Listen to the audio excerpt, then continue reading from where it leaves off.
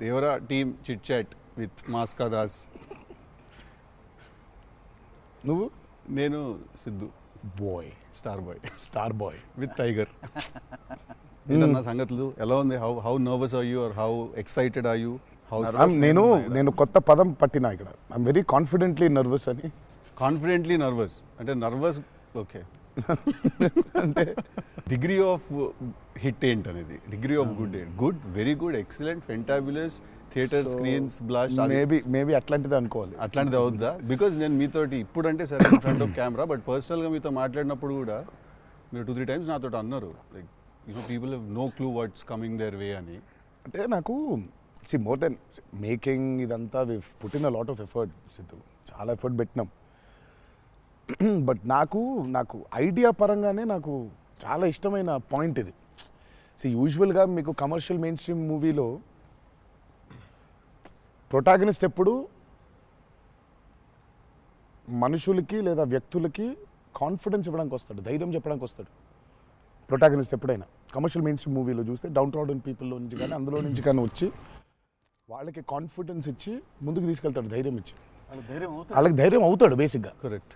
But ఇదేంటంటే బాగా ధైర్యం ఉండే వాళ్ళకి భయం అవుతున్నాడు. బాగా ధైర్యం మితిమీరిన స్థాయికి వెళ్ళిపోతే వాళ్ళలోంచి ఒకటి వచ్చి లేదరా ఇంత ధైర్యం మంచిది కాదు లైఫ్లో, ఒక లెవెల్ ఆఫ్ ఫియర్ ఉండాలి మనిషికి.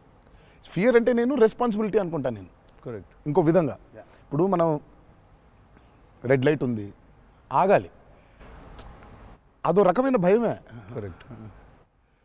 మనం స్కూల్కి వెళ్ళాలి, నేర్చుకోవాలి, లేదా ఎగ్జామ్ రాయాలి, అదో రకమైన భయమే అది. So basically every person should have healthy respect towards fear. Okay.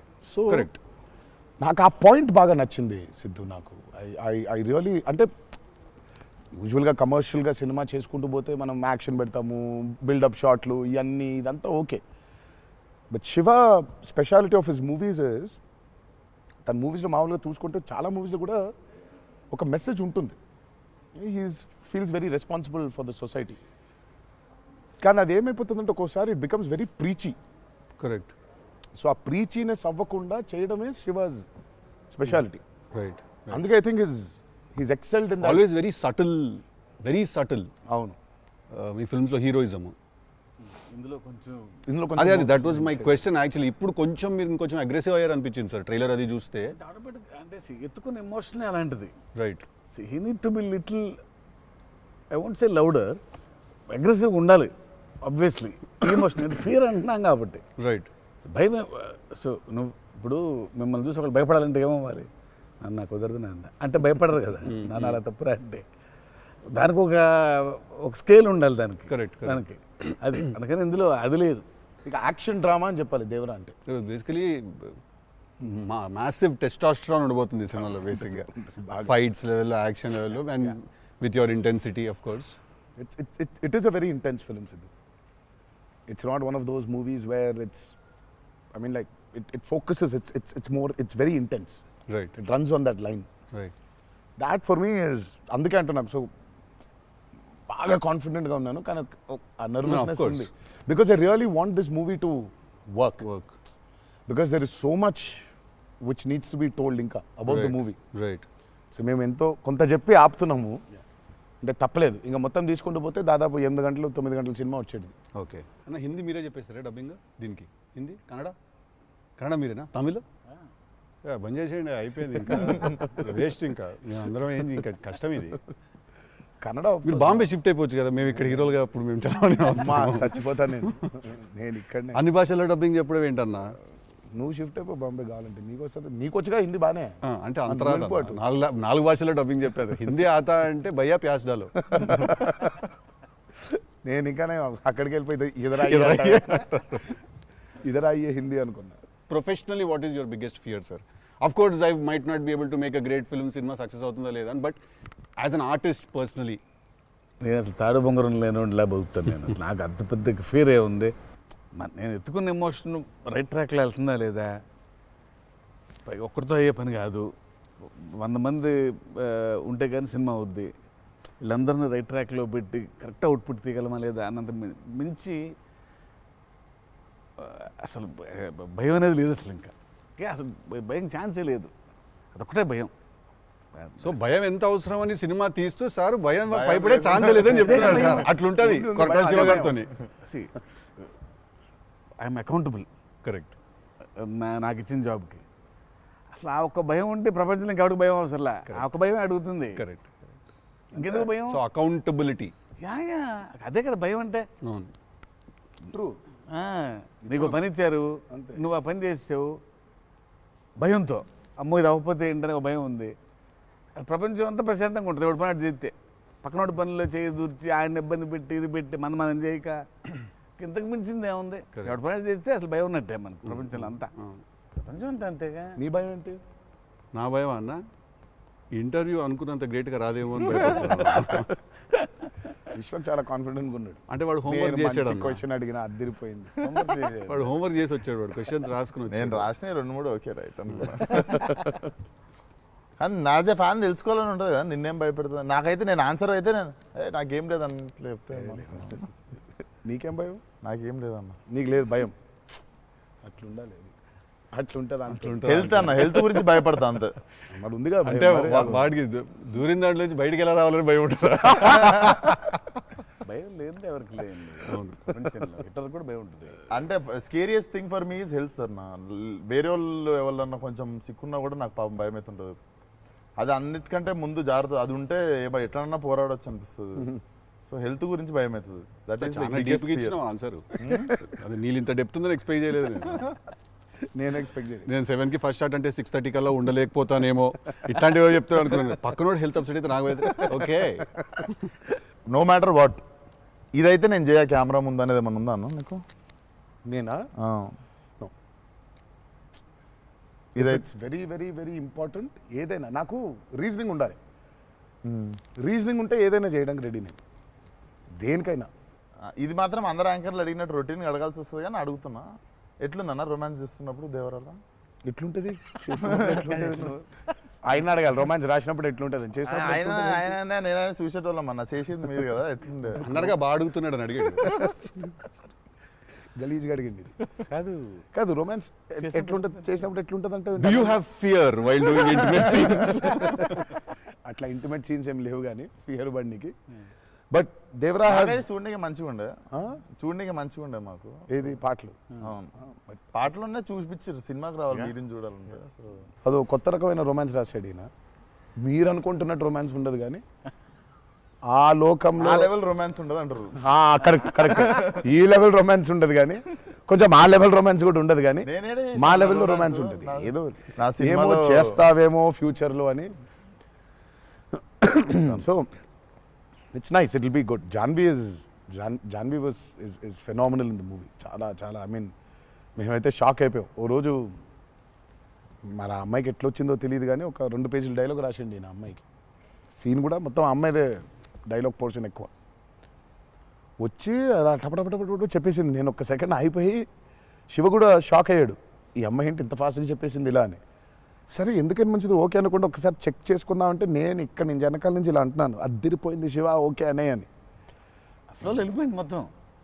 Expressions, ఆ మధ్యలో పాజులు, మధ్యలో యాక్టివిటీస్ చేసుకుంటూ టక్కన లాంగ్వేజ్ ఇంకా గ్రిప్ దొరకని యాక్టర్కి అన్ని ఆ యాక్టివిటీస్తో చేయటం, ఆయనతో ఉండటం, ఆ పాజులు ఉండటం, ఆయన రియాక్షన్ మళ్ళీ పసిగట్టి మళ్ళీ మాట్లాడటం ఇంత కష్టం కదా. అర్థమైంది. Homework done. That I think she'll become very big. She's got that phenomenal talent.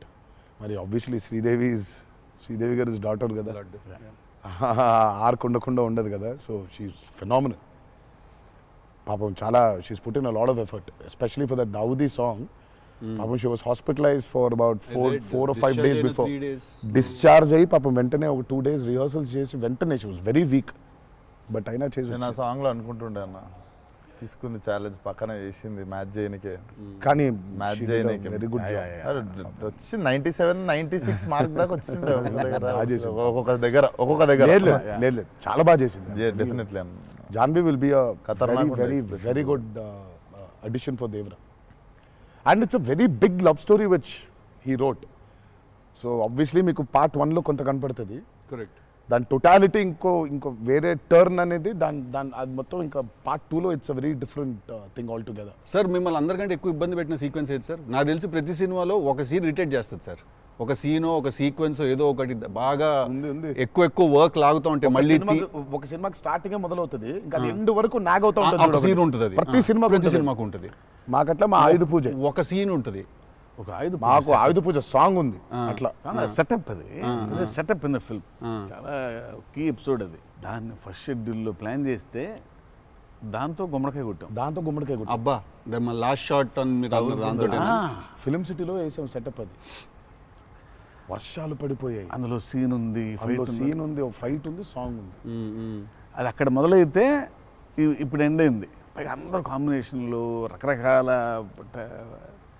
అంటే సార్ ఇది లాజిస్టికలీ చెప్తున్నారు, నేను అంటే క్రియేటివ్గా బాగా సరిపోలేదు, మళ్ళీ రాయాలి, మళ్ళీ తీయాలి, మళ్ళీ రాయాలని అలా ఏదైనా ఇరిటేట్ చేసిందా మిమ్మల్ని? ఒక సీన్ ఆర్ ఒక సీక్వెన్స్ ఆర్ ఒక కుడ్ బి ఎనీథింగ్ అంతే ఇబ్బంది పడింది. కానీ షూట్ అప్పుడే కొంచెం టైర్డ్ అయింది. వాటర్ సీక్వెన్సెస్ అప్పుడు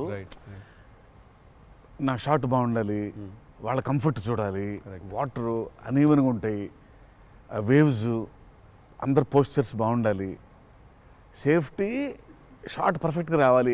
పదే తీలేం కదా అది.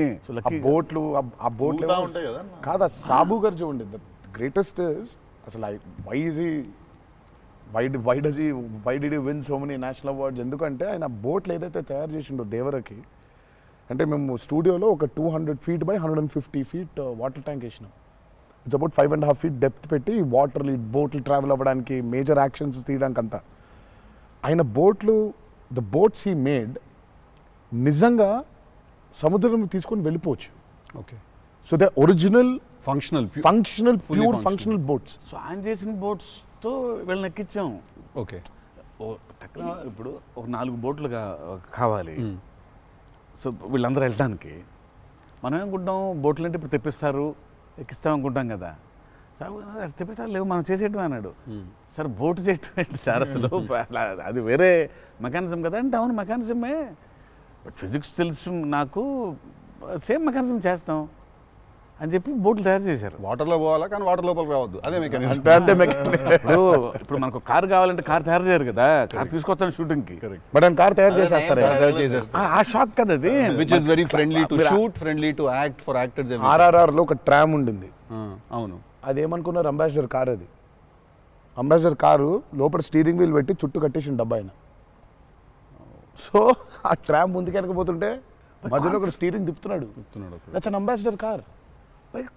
కాన్ఫిడెంట్గా ఉంటారు ఆయన. ఓయా, సార్ ఒక కారు కావాలంటే జనరల్గా ఒక కారు తీసుకొస్తాం ఎవరైనా వాళ్ళని అడిగి. బోట్ ఇమాజిన్ ఆన్సర్, సార్ బోట్లో చేసేద్దామంటే వీళ్ళని ఎక్కించడానికి చేసాం. ఓకే, సరే మన సముద్రం మన కంట్రోల్ అంటే సపోజ్ ఈ ఫ్లోర్ అంతా సముద్రం మనం క్రియేట్ చేసుకున్నాం, వెళ్తున్నారు. షూటింగ్కి వెళ్ళాం గోవా వెళ్తే అక్కడ రంగుల బోట్లు, నా కలర్ బోట్లు కాదు అవి, నా ఓల్డ్ కొంచెం ఎర్తీ టోన్స్ బ్రౌన్ కలర్ బోట్స్, అలాంటి బోట్లు కావాలి మనకి. అక్కడ అన్ని రంగులు కొత్త పైగా మోడర్న్ బోట్స్, ఫైబర్తో చేసిన బోట్స్, వుడెన్ బోట్స్ కాదు అవి. ఏంటంటే లేదు నేను మన బోట్ తీసుకొచ్చాం అన్నారు. సరే ఇది నిజమైన సముద్రం అండి, మనది ఏంటంటే దానికి బోట్ లాక్కొచ్చి మోటార్ ఒకటి పెట్టి బిగించేసి పద వెళ్దామంటున్నారు. వెళ్ళిరా సార్? వెళ్ళాము యాక్టర్లు తీసుకొని మరి ఈత వచ్చా సార్? వచ్చు, ఇంకొంచెం ధైర్యం ఉంటుంది. వెంట మిడిల్ ఆఫ్ ది సీ ఈ బోట్తో అసలు probably has and one of the biggest assets for Devara. 3 cinema వచ్చినప్పుడు బ్యాక్గ్రౌండ్ స్కోర్ పెట్టుకొని ఫుల్ ఇంటుండే ఆ టైంలో Anirudh. And I was waiting, మీరు అనిరుద్ నేను పూజ అయినప్పుడు కూడా ఫుల్ హ్యాపీ అయిన ఉండే అరవింద్ సమేతకి. ఓకే ఫైనల్లీ మా విజువల్ మా స్పీకర్ 2 కలిసినాయి అనుకుంటుండే. But definitely when Anirudh came on board for this film I was the first person. పిచ్చగా వెయిట్ చేస్తుండే. నేను లిటరల్లీ మీది 5 AM అని ట్రాక్ ఏదన్నా ఉంటే 5:02కి నేను ఆల్రెడీ ఇంటుంటా. వ్యానిటీలు ఉండు, షూటింగ్లో పక్కకి అట్లా నడుచుకుంటూ వెళ్ళిపోయి ఇంటుండే.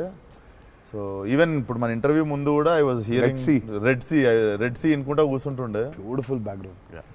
I mean he's killed it for this movie. Definitely theater la నిజంగా one more X factor అనుకుంటున్నా. అవును, no 101%.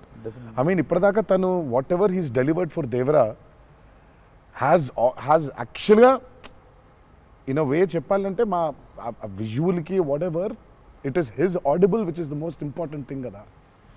And he is the biggest asset for Devara. అంటే the kind of work the background score he's done is phenomenal. X factor అనిపిస్తుంది అన్న sound భలే అనిపించింది. నాకైతే నాకు బేసిక్గా ట్రైలర్ విన్నప్పుడు ఆ లాస్ట్ ఎస్పెషల్లీ ఆ షార్క్ వచ్చినప్పుడు ఆ వెనకాల అంతా నాకేంటో అరే ఒక పెద్ద వాల్ట్ డిస్నీ మూవీలో సింఫనీ పడుతుంది చూడు, లైక్ హాన్ జిమ్మర్, ఆ ఫీలింగ్ వచ్చేసింది నాకైతే. So he's definitely one day I think he'll definitely go up to that level of scoring an international movie like Rahman garu. Definitely నేను మొన్న కాంగ్ గాడ్జిలా చూసినప్పుడు కూడా అనిరుద్ అయితే బాగుండు అనుకున్నాను. బికాస్ సంబడి ఎడిటెడ్ ఆ కాంగ్ గాడ్జిలా సీన్ కి మాస్టర్ మ్యూజిక్ పెట్టి తీస్తే అసలు ఇట్ వాజ్ మోర్ యాప్ట్, ఇంకా ఎక్కువ ఇంపాక్ట్ ఉండే దానికి. అయితే డెఫినెట్గా నాకు తెలిసి తను he will do it like Rahman garu చేసినట్టు మాత్రం వెళ్తాడు. He will definitely go international and I'm hoping it's with Devara. మీకు ఎప్పుడైనా ఈ ఫెనమినన్ మీరు అబ్జర్వ్ చేశారా, వేర్ ఐదర్ మీరు జీవితంలో మాట్లాడింది మీ సినిమాలో జరుగుతుంది, ఆర్ మీరు రాసుకుని తీసిందో ఏదో మీ లైఫ్లో తర్వాత రిపీట్ అవుతుంది? ఎప్పుడైనా జరిగింది అట్లాగా?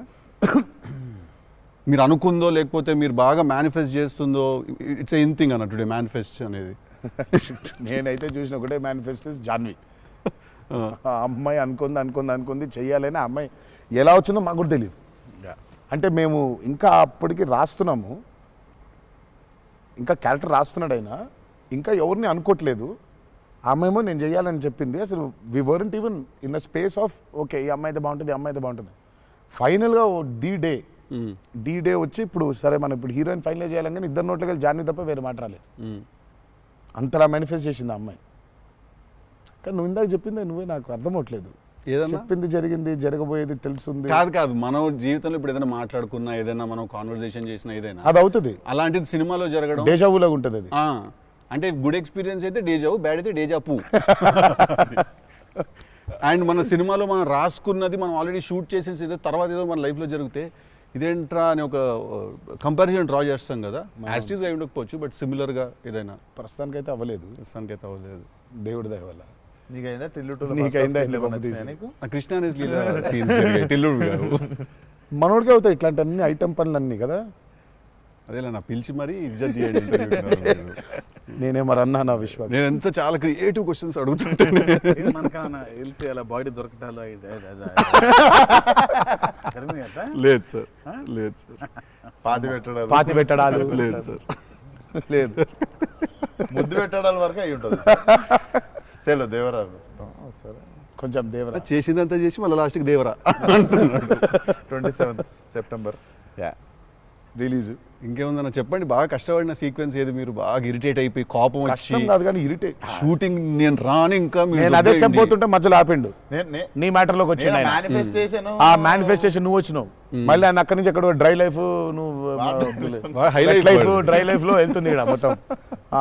అది అట్లా కాదు కరెక్ట్. ఎక్కడ ఉన్నాం?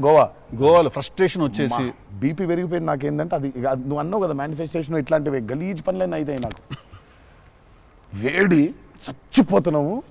సముద్రంలో అలా నవ్వుకుంటూ ఉండాలి కానీ వేడి దొబ్బేస్తుంది. అంటే ఇంకా పైన అట్లా లిట్టలు కట్టుందంటే వర్షం ఇక నిప్పుల వర్షం కురిపిస్తుంది సూర్యుడు పైకి. అట్లా కూర్చొని పక్కనే ఒక రూమ్ పెట్టిండ్రు, ఏసీ ఉంది అందులో. శివా పోతా ఇంకా ఒక్క షాట్ అన్నా పోతా, నేను చచ్చిపోయేలా ఉన్నాను, నేను చచ్చిపోతా. నాకు ఒక్క సెకండ్ నిజంగా ఇంకా అబ్బాయి ప్రంతి పిల్లలు ఏమైంది నా జీవితం ఏంది నేను చచ్చిపోతానా అని అయిపోయింది. ఓకే అన్నారు. ఇక అక్కడే లుంగి ఇట్లా తీసి అఫ్కోర్స్ షార్ట్స్ ఉన్నాయి. ఆ షార్ట్స్తో పరిగెత్తిన లోపలికి పరిగెత్తి వెళ్ళి తలుపు అట్లా వేసుకోగానే ఒక్క సెకండ్ చల్లగా ఉండింది. బతికినాను రా అని చెప్పి ఆ తలుపు వేసి అట్లా బెడ్ మీద అలా పడ్డాను. కరెంట్ పోయింది. సారీ నవ్వద్దు. నీ కష్టం పగవాడికి కూడా రాకూడదు, మీకు కూడా రావద్దు. నిజంగా నాకు కరెంట్ పోయింది. కరెంట్ పోయి నేను ఇంకా ఫోను, అమ్మ కరెంట్ పోయింది, ఇంటి దగ్గర జనరేటర్ లేదా? దరిద్రం చూడు, కరెక్ట్గా ఆ రోజే నిన్న ఆడు జనరేటర్ పాడైపోయింది.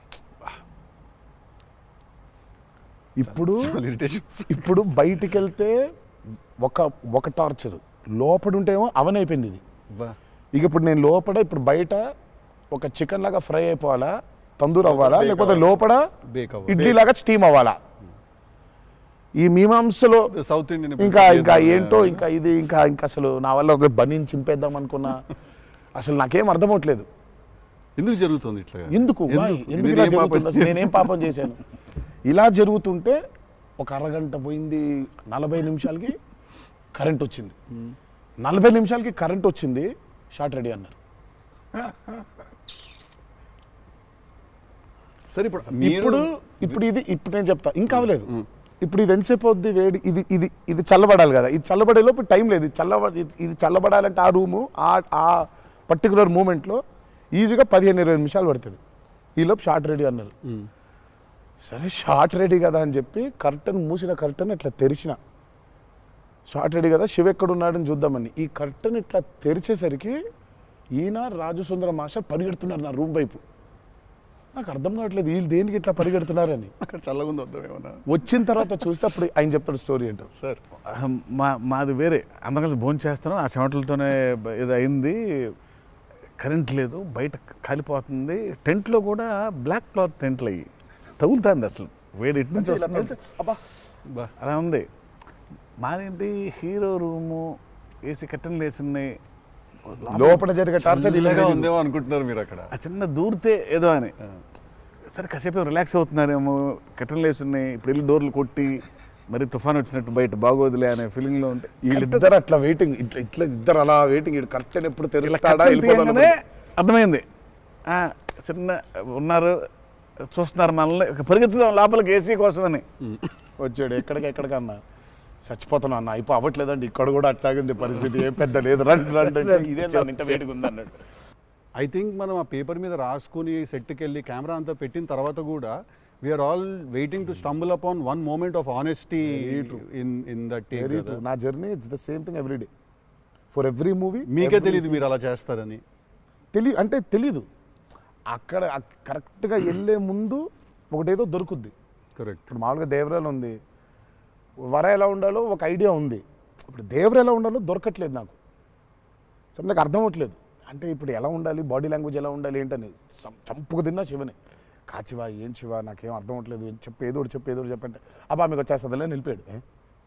రావడం ఏంటి, కాదు శివ ఏదో నాకేం అర్థం అవ్వట్లేదు, దేవర ఏంటి, ఇప్పుడు వాడు ఎట్లుండాలి, వాడు మూడ్ సెట్ ఏంటి, వాడు మైండ్ సెట్ ఎట్లున్నాడు, ఎట్లా నడవాలి, ఎట్లా నిల్చోవాలి ఏంటి, చాలా కంపోజ్గా ఉండాలా, మరీ ఓవర్ కంపోజ్గా ఉండాలా, లేకపోతే అగ్రెసివ్గా ఉండాలా, నాకేం అర్థం అవ్వట్లేదు.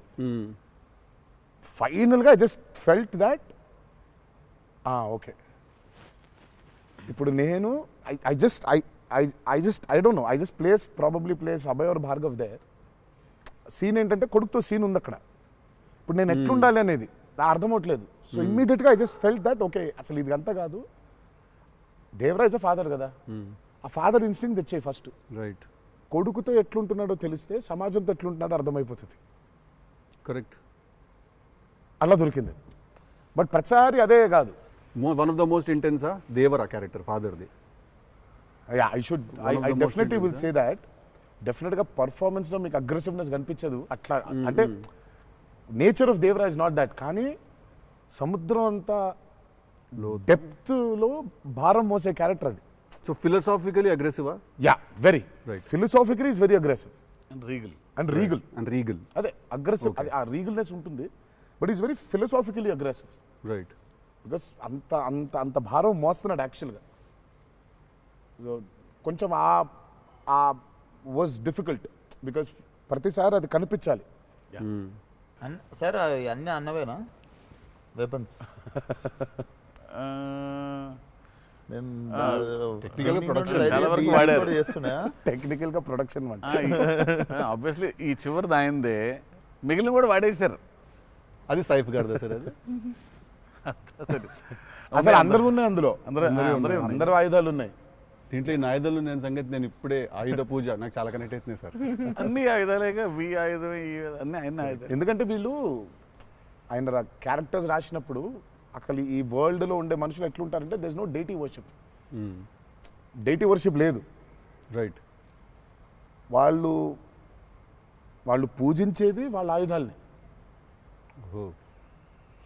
So they worship their weapons which are coming from తరతరాల నుంచి వచ్చే ఆయుధాలని పూజిస్తారు వాళ్ళు. సో డైటీ వర్షిప్ లేదు వాళ్ళకి. ఓహో, ఓకే. ఆయుధాలే ఒక కులం లేదు వాళ్ళకి, ఒక మతం లేదు, అసలు భయం అసలే లేదు. అదే ట్రైలర్లో రాసింది అంటే. బట్ అసలు సో అందుకే వాళ్ళకి weapons are very very very important. Why is it so important అనేది వీళ్ళు యాక్చువల్లీ ప్రాబబ్లీ సినిమా చూసినప్పుడు ఆ ఎండ్కి ఒక డైలాగ్ ఉంటుంది. ఆ డైలాగ్లో కూడా దాన్ని బాగా ప్రొఫిస్కేట్ చేశారు, చాలా ఇంపార్టెన్స్ క్రియేట్ చేశారు దానికి, ఆయుధ పూజ అనే దానికి. పొద్దున్న లేస్తే ఆయుధాలను పూజించి ఆయుధాలు వాడే వాళ్ళకి ఇక ఏం భయం ఉంటుంది? చేతిలో ఒక ఆయుధం పెట్టుకుని వాళ్ళు భయపడరు కదా, ఆయనే ఒక ఆయుధం వాళ్ళగా. కరెక్ట్. ఇప్పుడు కార్పెంటరీ చేసే వర్కర్స్కి ఆ కార్పెంటరీ టూల్సే దేవుళ్ళ లెక్క. కరెక్ట్. లైవ్లీహుడ్. సో మనం బేసిక్గా ఎప్పుడు కూడా అట్లాగే ఉండేవాళ్ళం. మనం ఆయుధ పూజ అందుకే ఉండేది. ఆయుధ పూజ అందుకే మన పనిముట్లు ఏవైతే ఉన్నాయో అందుకే మనం కార్లకి మొక్కుకుంటాం, కార్లకు పూజ చేస్తాం, మనకి లైవ్లీహుడ్ అని. సో వాళ్ళకి ఆయుధాలు లైవ్లీహుడ్. సో ఆయుధాలే లైవ్లీహుడ్. కాన్సెప్ట్ లెవెల్లోనే వైలెంట్ ఉన్నారు వీళ్ళు. ఎగ్జాక్ట్లీ. నాకు తెలిసి ఆయనకు తెలిసినట్టు పాజెస్ని వాడడం sir. He uses pauses like బ్రిలియంట్గా వాడతారు. ఎక్కడ మామూలుగా డైలాగ్ తర్వాత డైలాగ్ చెప్పాలి అన్నది ఒకటి మైండ్లో ఉండి చెప్పుకుంటూ వెళ్ళిపోతుంటారు. బట్ నేను ఇంతసేపు కొంతసేపు ఏం చెప్పాను నేను అని చెప్పి పాజెస్ చాలా బాగా వాడతారు అన్న మీరు. రియల్లీ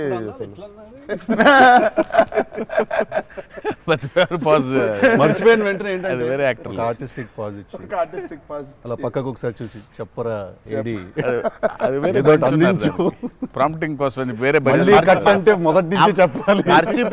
మర్చిపోవడం అనే డైలాగు నువ్వు నాకు తెలిసి అడగొచ్చు ఎక్కడన్నా కానీ అక్కడ 3 పేజీలు 4 పేజీలు చేసే కామెడీ కూడా చేయనీడంటండి. ఫన్ కావాలన్నారు ఇంటర్వ్యూలో, నేనేదో ఫన్ చేస్తున్నాను. అక్కడ నచ్చట్లేదు అన్నమాట. మన ఇద్దరు ఫ్రెండ్షిప్ జెలసీ వస్తుంది. ఆ రోజు కూడా గుర్తుందా? మా ఇద్దరు ఫ్రెండ్షిప్ మీద జెలసీ ఉంది. ఓ రోజు ఇద్దరం కలిసాం. మనోడిది టిల్లు 2కి pre release I mean success ఫంక్షన్కి వెళ్తున్నాను, పిలవడానికి వచ్చాడు, ఉన్నాడు అక్కడ, మాట్లాడుతున్నాను. మాట్లాడిన తర్వాత విశ్వక్ గుర్తొచ్చి విశ్వక్ ఫోన్ కొట్టా. విశ్వక్ ఎక్కడున్నావు అంటే, అన్న ఇక ఈడనే ఉన్నా ఆఫీస్లో. అంటే మీరు ఎక్కడున్నారు? నేను ఆఫీస్లో ఉన్నా. సిద్ధు ఉన్నాడు ఇక్కడ అంటే, నాకంటే ముందు ఆడిని పిలిచినవులే అన్నా నువ్వు అంటా.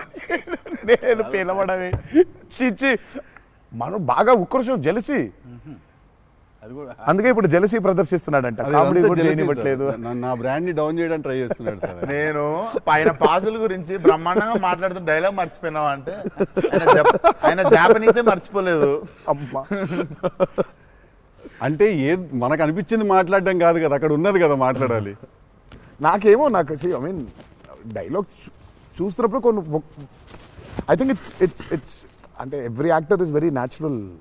విశ్వక్ నాకు కొంచెం అనిపిస్తుంది అట్లా, ఇక్కడ కొంచెం అలా ఉంటే బాగుంటుందేమో అనే ఇన్స్టింక్టివ్ అనుకోవడం చేయడమే.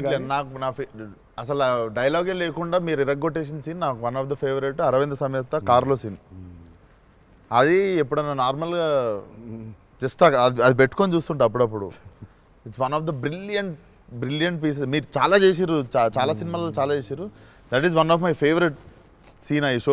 నాకు తెలియనోడు ఎవడన్నా, వేరే భాషోడు, ఇంగ్లీష్ వాడు ఎవడో నాకు అనిపిస్తే, నేను చూడు మా యాక్టర్ ఒక సీన్ చూపిస్తాను నీకు అని చెప్పి పెట్టి చూపించే సీన్ మీద ఫస్ట్ అదే. నేను it doesn't have a language కదా, సో డైరెక్ట్ చూపిస్తాను నేను అది. అన్న మీరు క్యారెక్టర్లోకి వెళ్ళిపోతారా లేదా మధ్యలో కలుస్తారు? Do you meet the character in the middle or you become the character fully? I think I would, అంటే if me and the character don't meet, it won't take off. ఇప్పుడు శివగారి క్యారెక్టర్ రాసిందే ఎన్టీఆర్ ఎట్లుంటాడని. Correct. So obviously it has to be me meeting that character. So there needs to be a little bit of me and that. Correct. Midpoint. Or rather I would say that I think it's more of me than that. Interesting. So it's more of me than that. But what if there is a dialogue that he's written or a philosophy that he's trying to put across as a writer and a director? I'll have to believe that philosophy. But what if you don't believe it as a person? But I'll have to, then he has to make me believe in it. Make you believe in it. Yeah. So he has to make me believe in it. So he has to actually teach me why that philosophy is so important. లక్కీగా నాకు అది ఇప్పుడు తగ్గలేదు. ఎందుకంటే is so predictable కాదు ఆయన. ఇట్లా ఉంటాడు అని అనలేం. తక్కువ రోజు వెళ్తే మనం ఎన్టీఆర్ రంగానే ఓ మాస్టర్ అట్లా కూర్చొని ఉంటాడు, విజిటింగ్ రూమ్లో కూర్చోబెట్టి, వెళ్ళేసరికి వంటగదిలో ఉంటారు. అంటే ఎక్కువ వంటగదిలోనే ఉంటా. ఇప్పుడు ఎలా ఉంటాడు, కోపం వెళ్తే ఫుల్ కెండలు, ఉంటాయి. సో ఇలా ఉంటాడు అసలు అది ఇప్పుడు లేదు అసలు. We don't know. Yeah, it's very unpredictable. సరదాగా ఉంటాడు, పిల్లలతో కాసేపు, చిన్న పిల్లలకు అన్నం పెడుతుంటారు. You don't know what At any given point of time, energy లో అయితే ఉంటారు. సో అందుకని పెద్దగా ఇలాంటిది రాయాలి, ఇలా ఉంటారు ఆయన అసలు ఆగోలేదు నాకు ఎప్పుడు. Okay okay.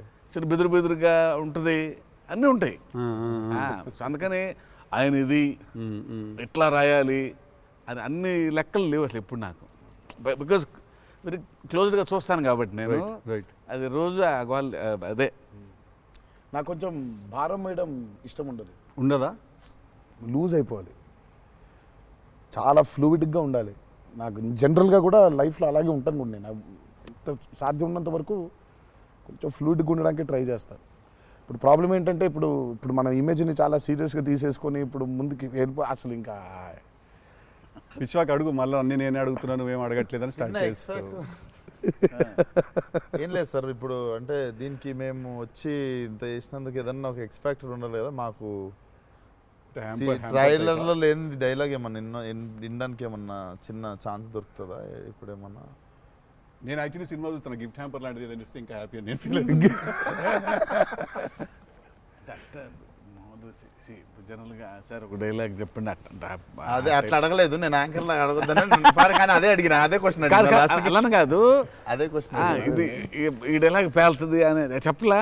అసలు పంచ్ పంచ్ అయిపోతుంది అక్కడ. సో అందుకని నేను పర్టికులర్గా ఇది ఒక ఆడియో ఫంక్షన్లో చెప్పాల్సిన డైలాగ్ ఒకటి. నువ్వు వచ్చి ఇక్కడ చేసినందుకు నీకు డైలాగ్ కావాలంటే బిర్యానీ వండి పంపిస్తా, తిను. సూపర్. బెస్ట్ కదా, అదే బెస్ట్, అదే బెటర్. బిర్యానీ వండి ఎక్స్ ఫ్యాక్టర్ అదే నీకు. ఇక చెప్పానన్న డైలాగ్ వేసి అర్థమవుతుంది, అర్థమైంది చెప్పానని చెప్పి బాగా డిప్లొమాటిక్ గా చెప్పారు ఇద్దరు. అర్థమైంది, బిర్యానీ ఒకటేనా అని చూస్తున్నా అంతే. ఎక్స్ట్రా బిర్యానీ ఇక ఫుల్ ఇక పంచపక్ష పరమాణాల్లో ఉండాలంటే సినిమా రిలీజ్ వరకు ఆగలను, అదే 27th తర్వాత. Yeah. బట్ థ్యాంక్ యూ, మీ ఇద్దరు వచ్చి మా ఇద్దరితో ఈ ఇంటర్వ్యూ అన్నది కానీ చిట్ చాట్, ఈ chit chat. Thank you so much, మాట్లాడుకుంటుంటే అంతే. Thank you so much Vishwak, thank you so much. Genuine pleasure. Wanted to meet, wanted to understand. ఇన్ని సంవత్సరాల నుంచి కష్టపడి సినిమా తీస్తున్నారంటే at least with in the industry ఉన్న మాకైతే అర్థం అవుద్ది దాంట్లో ఎంత కష్టం ఉంది ఏంటనేది. So we wish you guys all the very best. Thank you so much. Not that you need it, looks No, very no, we need it, promising. we need it. But I mean బయట నుంచి కావాలి ఎన్ని blessings అయినా అన్ని blessings కావాలి మాకు. ఆ విషయం మాత్రం కాంప్రమైజ్ లేదు. ఎన్ని బ్లెస్సింగ్స్ వస్తే ఇచ్చేయండి మాకు, తీసేసుకుంటాం. లుక్స్ డామ్ ప్రామిసింగ్ అన్న. Can't wait to see. Thank you. 27th September. చిల్లు కొడదాం. Done.